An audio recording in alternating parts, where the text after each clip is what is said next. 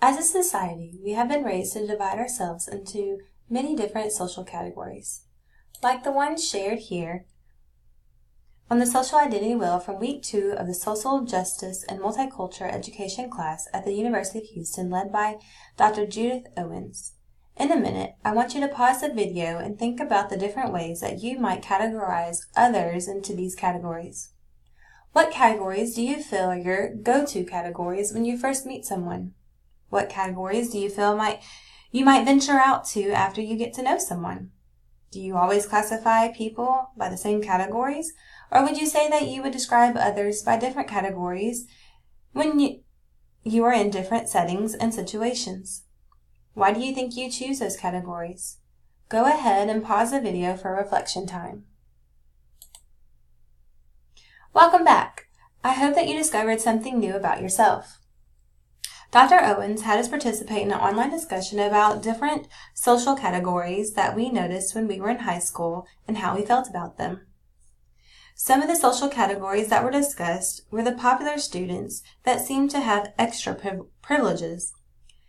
But then at the same time, it was pointed out that the popular students tend to have a lot of added stress and pressure put on them. It was also apparent that there were certain groups that seemed to not care about school and just did enough to get by.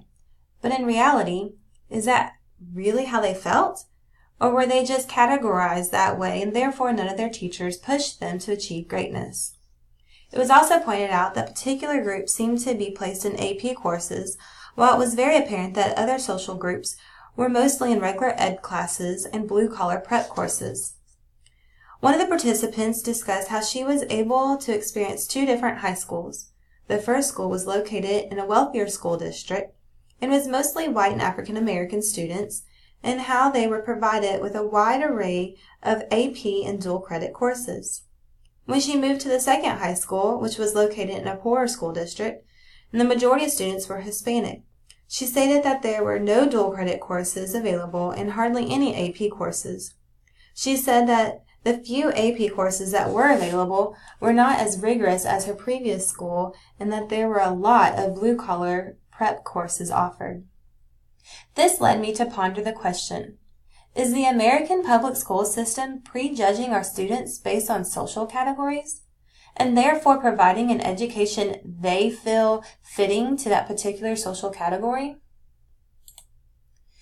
Whether we want to believe it or not, we have conscious and subconscious beliefs about different social categories, and these beliefs affect the way that we interact with our students.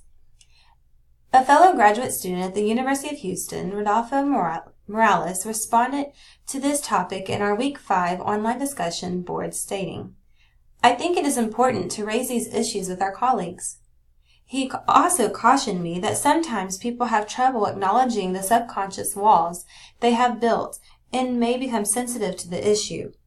For this very reason, I want you to take a step back and realize that this is a judgment-free zone. We are all here to find ways to build respectful relationships with each other in order to work together for the greater good of our students. I want to challenge you to try to think about how you categorize your students and how the way that you categorize them could be affecting the way that you interact with them and the way that you assess their successes and failures. You may not realize this now, but your subconscious beliefs about different social categories could be causing you to have different expectations for different students. I really hope that you can share this information with other colleagues and help each other reflect on your beliefs and how they are having an effect on your students personally and academically. I hope that we can see past our stereotypical differences and notice that we really are not that different. We all struggle at times.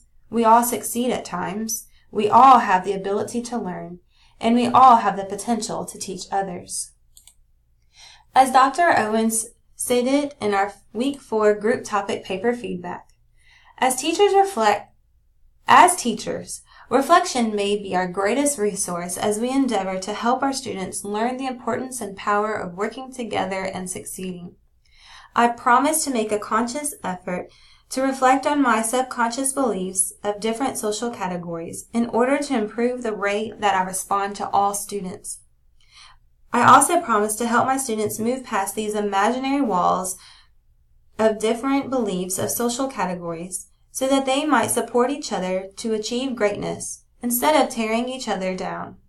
My goal is to spread the awareness of how our brains create these beliefs around different social categories and how these beliefs affect our students both personally and academically. My hope is that by presenting this information about our beliefs and how it affects the way we treat one another, including our students, that fellow teachers will join me in my promise to be advocate of equality, effectiveness, and excellence, as well as agents of change in the midst of the call of educational reform.